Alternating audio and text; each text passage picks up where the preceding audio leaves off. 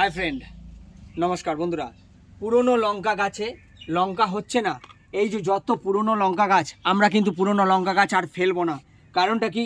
পুরনো লঙ্কা গাছে এক মুঠো গোবর সার, এক মুঠো কিচেন ওয়েস্ট কিংবা এক মুঠো ভার্মি কম্পোস্ট দিলেই হয়ে যাবে। এক মুঠো গোবর সার দেবো, এক মুঠো কিচেন ওয়েস্টের যে জৈব সার দেবো, এক মুঠো ভার্মি কম্পোস্ট দেবো। আর দেবো কি?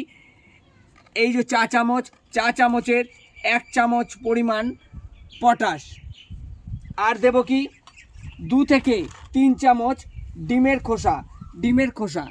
2 থেকে 3 চামচ ডিমের খোসা। কিভাবে দেব বন্ধুরা? আগে গাছের গোড়াটা ভালো করে চারদিক খুঁড়ে নেব। এই যে চারদিক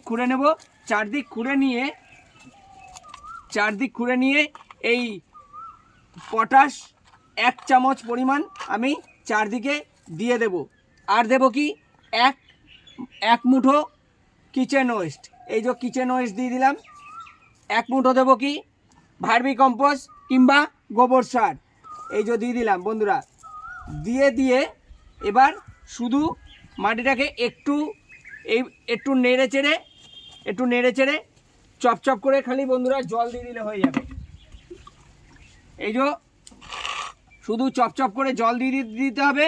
দেওয়ার পরে আর ডিমের খোসা। এই যে বন্ধুরা, ডিমের খোসাটা আমার দেওয়া হয়নি। এই যে ডিমের খোসাটাও এরকম করে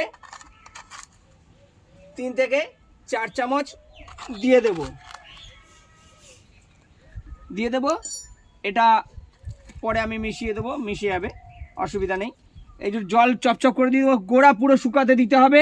এই দেখুন পুরনো গাছে কিন্তু সম্পূর্ণভাবে দেখুন কত ফুল এসছে।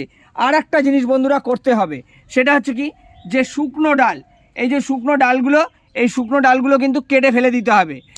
একটু ডগা রেখে যে ডালগুলো একদম শুকিয়ে গেছে সেই ডালগুলো কিন্তু কেটে বাদ দিয়ে দিতে হবে। তাহলেই কিন্তু আপনাদের পুরনো গাছে প্রচুর পরিমাণে লঙ্কা হবে। এই দেখুন কত সুন্দর লঙ্কা হয়েছে। এই দেখুন বন্ধুরা কত সুন্দর লঙ্কা হয়েছে।